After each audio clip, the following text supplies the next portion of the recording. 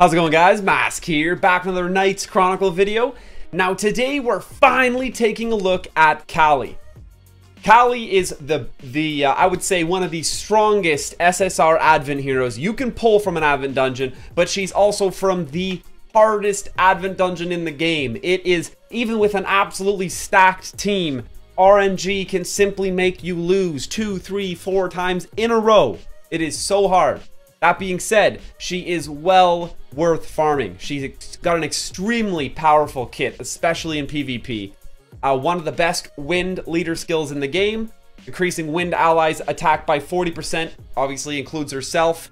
If you can't have a full wind team, which is very hard, otherwise you'd use Ruby's leader skill. But 40%, same as Morgan's. You're going to use that leader skill a lot, especially when she's in the party. She's got a really cool passive that it hides her at the beginning of the wave and has a 50% chance to hide her for 1 turn when she uses skills.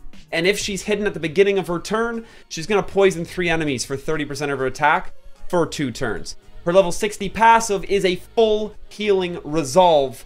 And when that resolve pops, it also blinds all enemies for 1 turn, which is crazy. And to top it off, she inflicts 40% additional damage when attacking a target affected by damage over time, which she applies with her original passive, poisoning enemies if she ever starts a turn off hidden. So, that being said, let's take a look at Callie's actual skills, but I'm going to take us into the game and show you guys them in action to get a better look at them. But before I do, let me show you how you guys can save a ton of money whenever you're making in-game purchases by checking out GameFlip.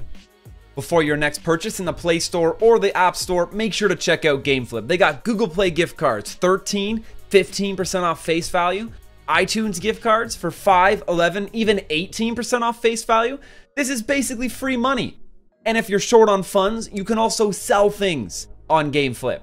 And of course, you're always backed by the GameFlip guarantee. So check out the link in the top of the description down below. It'll take you to GameFlip and start saving yourself some money. All right, loading into the wave, you can see that Callie starts things off stealthed. That's because of her passive. Now let's take a quick look at her kit. I'm actually going to start, let me take a quick look at the actual skills themselves. Shadow Dagger, for skill 1, inflicts damage equal to 100% of attack to 1 enemy. 35% chance to brand for 30% for 1 turn, and decreases target's buff duration by 1 turn if the caster is hidden. Well, she is hidden because it's the beginning of the wave. Let's take a look at her skill 2. Inflicts damage equal to 200% of attack to 1 enemy. 35% chance to cause bleeding for 30% of attack for 2 turns. And inflicts damage equal to 30% of her attack to 2 additional enemies. And causes them bleed for 30% of attack for 2 turns if the caster is hidden. So we're seeing 2 guaranteed bleeds here. Not on the target, not on the person that you actually target. And on the person that you actually target, it's a 200% damage, 35% chance to bleed. So she gets 2 guaranteed bleeds here if she's hidden. That's a good thing to keep track of. And Dark Moonlight Strike, her skill 3, inflicts penetration damage equal to 360%. Normally 300. I've skilled this one up a couple times. Attack to 1 enemy, inflicts 16% additional damage when attacking attack type enemies, and increases the caster's attack by 40% for 1 turn if this kills someone. So if you take a look at this kit, it is most definitely your best idea to use her skill 2 first. And to be honest, I don't actually want to target Esna because I do want to get that guaranteed. Bleed on her. But if you look, Callie's passive actually already inflicted poison on an Electra, Nyx, and Esna here. So because that poison passive's already there, we're good to go. I can use that skill 2, and you can see the crazy amount of damage she just did to Esna there. That was only her skill 2. That was nuts, and that is due to the bonus damage that Callie does to anyone inflicted by a damage over time passive. So that was her skill 2. All right, back on her now. We have her skill 3 is available. It does bonus damage to attack type enemies, and as you can see here, if we scroll down, Cynthia is most certainly an attack type enemy. She's at full health and does not have any debuffs on her. Makes her not a great target, but let's just see how much damage we can get off with this attack here. It hit her for about 8,000, so it didn't get the kill, which means Callie also does not get her 40% attack buff, but that definitely hit like a truck. Now, if Cynthia was affected by poison or the bleed, that definitely would have killed her. And coming down to the finish here in this battle, we have her skill 1. It inflicts damage equal to 100% of attack to one enemy, 35% chance to brand for 30% for 1 turn, decreases the target's buff duration by 1 turn if the caster is hidden. She isn't hidden, but this still is going to do a ton of damage. Well, it did about 3,000, but there was a bleed there, so she did do the additional damage, and that was hitting an attack type target. And here we are, back, checking out Callie. Let's look at her. We've went over her kit. You guys have seen her skills in action now. Let's look at the rune build that I've chosen for her. Now, I went through all top 50 players in PvP, like I always do before I make these reviews, and for the most part, everyone is running Rune of Rage. The Rune of Rage gives her a ton of bonus attack. She has some of the best attack modifiers on her skills. Her skills scale immensely with her attack power. So does her poison. So you want to get as much attack power on her as you can. Going from the left,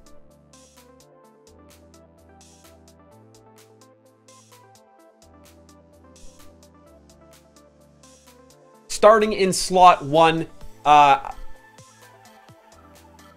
Now, for the other ones, you see a lot of people using Rune of Life, a lot of people using the crit damage, or sorry, the crit chance rune, and a lot of people getting some custom runes into these slots. The majority I saw were using Rune of Life, and Rune of Life, at least, it adds a little tankiness to Callie too. I really like this. I feel like this is a much more common rune set as well, because getting away from Rune of Life really requires you to have exceptional runes, where you're getting bonus HP. I mean, we are getting bonus HP on slot 3, but you need that 5th purple star, that 6th purple star on, that 5th purple star on Callie for sure. That one gives her bonus health. Getting that 5th purple star gives her some more tankiness, so you can afford to take that tankiness out of your rune build as well. So let's take a look at the actual substats. Often they are more important. And for me personally, choosing between the bonus crit rate and the bonus life set actually came down to which runes I had at the time with better substats on them. And that can make the biggest difference. Now in slot 1, because Callie is such a PvP unit, attack speed is the #1 stat, right off the top. Slot 1, attack speed. Slot 2, attack speed. Slot 1 and 2 are exactly the same. And the rest of things you have in there is crit strike chance, crit damage, HP increase, and accuracy. Now, I always crap on accuracy, but now Amon's in the game. He's making me feel like I need to run it.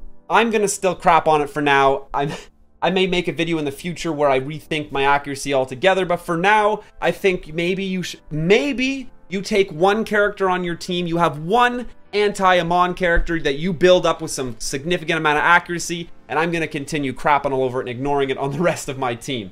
So, crit strike chance, crit damage, HP increase. I would say you got attack speed #1, crit strike chance #2, HP increase, crit damage, accuracy. I value crit strike chance because if you crit, fantastic. Crit damage, I value significantly less because Callie has no natural crit strike chance in her kit. Crit damage is not worth building unless you can more or less guarantee the crits are happening. That's why you have attack speed, crit strike chance, so those crits actually come more, and I would value getting her more tanky, giving her more HP over that crit damage. It just feels better, but HP and crit damage are right there beside each other. Slot 2, exactly the same. Slot 3, we got to choose from. We have evasion, multi-strike, counterattack, HP increase, HP recovery. Now, I do feel pretty offensive, I want to hammer on people with Callie. For me, it's sitting right there at multi-strike, HP increase. They're like this. Counterattack I don't value quite as much because she's going to be hiding a lot. So she won't actually take a ton of hits. But multi-strike for me was right above HP increase. I did want to just pack her full of multi-strike. I want to get her using that skill 1 multiple times when I attack with her. I probably would have put a 2 multi-strike, 1 HP increase, or even a triple multi-strike rune on her here if I had it. Multi-strike, HP increase, counterattack, evasion, HP recovery. That's how I'd value slot 3. Slot 4, straight attack. I wanted a triple attack rune. I didn't have it, but attack, multi-strike, counter-attack, evasion, HP recovery. That's the way I'm tiering your skills, your stats in slot 4. Coming into slot 5 with evasion, attack, counter-attack, HP recovery, and accuracy available. Once again, triple attack. She has the most insane scaling. I'm just lacking in actual good runes for this slot, but triple attack is perfect. And then I'm still gonna value counter-attack, evasion, HP recovery, accuracy. Coming into slot 6, attack speed. Attack speed, attack speed, attack speed. I'd love to have a triple attack speed rune on her. My whole team I want triple attack speed on. Let's go. Attack speed, attack. So you're not gonna have a triple attack speed rune, but if you have a rune like this was fantastic. Attack and attack speed on the same one. It's only a dream to have a double attack, single attack speed rune. But attack speed, attack, crit strike chance, multi-strike, crit damage. I actually value crit damage the least in this slot just because, like I said, without the crit strike chance, the crit damage is useless. So those are the runes that I am running on Callie. Let's take a look at her talents. In the level 50 talent slot, we have 70% chance to hide for 2 turns when using skill 3. Sure, she has some bonuses to hiding, but it's skill 3. Cooldown's too long. Get out of here. I don't want it. 10% or 20% crit strike damage or 20% crit strike chance. Like I said, no natural crit strike chance in her kit, so I do not value, there's no way I value crit damage over more crit strike chance. We're giving her 20% crit strike chance. In this slot here, 50% chance to poison with skill 2. Not happening enough, not useful enough. We're definitely not only attacking water people with her, so we don't need an elemental damage increase. This one's a no-brainer, 15% attack on her 52 slot. Coming into the 54 slot here, 50% chance to shock using skill 1. Skill 1, you do use skill 1 a lot. This one I did consider. It's just, I don't feel like shocked is enough of a bonus here when I could instead take 20% less damage in the arena as her as well. That was fantastic. 20% less damage, let's go. Here though, coming into the 56 slot, I had the choice between more defense, more elemental damage, or 20% chance to increase critical strike chance by 30% for 2 turns when attacked. This was actually a super crazy hard decision for me, and I rolled this a perfect 3-star on my first attempt putting it on. Here's the problem. So, in slot 56, we have increased defense and payback. Increased defense is useless unless you're getting hit. It only benefits you unless you're getting hit. If you're getting hit. Payback is useless unless you're getting hit. So you have a choice. Take less damage when you get hit, or have a chance to boost your crit strike chance by a huge amount when you do get hit. If her payback procs and planned attack is live, that is a crazy... She'll be sitting at 50% bonus crit strike chance just from her talents. That is nuts. Payback seemed way too good to pass up on. She gets hit. Her crit, all of a sudden, her crit is at close to 60%. That is nuts. I'd love to get some better crit in her kit as well. We can get that crit strike chance up super high. Then you can start really feeling comfortable at fitting some crit damage into those runes as well. She has tons of potential. Her rune set for me right now is horrible. And then coming to this slot, this was easy. She's not going to take... She's definitely not going to be attacked enough to take advantage of a 10% activation chance. 20% doesn't sound so bad. Doesn't need to do more damage to bosses. She's my PvP queen. More damage in the arena. I'd love to get this talent maxed out, but we're a little light on funds right now. All these purple stars have been making sure I am so broke all the time. But this talent set on her is crazy. She has a chance to get a bonus 50% critical strike chance, and that is going to be crazy. She'll be hitting like an absolute truck. If you're hitting someone who's poisoned, bonus 30. She does so much damage, it's nuts. I hope you guys have been able to clear the Callie Advent. If you haven't, check out my video on the Callie Advent dungeon that I've made. Maybe it'll help you out. Honestly, it's the hardest Advent dungeon in the game. Don't kick yourself if you're not able to clear it yet. Focus up on Sid. I've heard that Sid is coming out again next, probably just in a day or two. And being able to clear Sid really helps in clearing Callie. So try to get that Sid on farm when he's coming up in the next rotation. But there's Callie, guys. Hope you enjoyed it. That is definitely how I suggest you build her. But I'm always open to having a conversation. Let me know in the comments down below how you build your Callie, or if it's any different. And I know we have not touched on specialty runes at all. So let me know about any specialty runes that you would consider running on her. I know there's some good ones, like the 30% bonus damage to anyone who's poisoned, essentially. I know there's a rune like that. But once again, those are things I would never consider using until you get that 5th purple star on her. Because the 5th purple star is going to give her that tankiness that you can afford to take away those tankier side runes to actually make sure she's usable.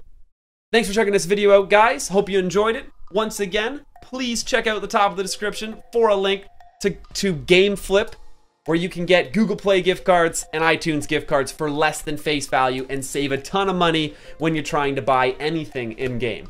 It's basically free money. Why not save it? You also got my Facebook and my Twitter down there, guys. Follow me on social media. That's how you know when new content's coming out or when I'm going live. As well, there's a link down there to join my Discord community. We are now over 3,000 members strong, and I'd love you to come join our Discord family as well. It is discord.gg/MasKTV. Come check it out. Come join the Discord family. We all would love to have you. But until next time, guys, thanks again for watching this.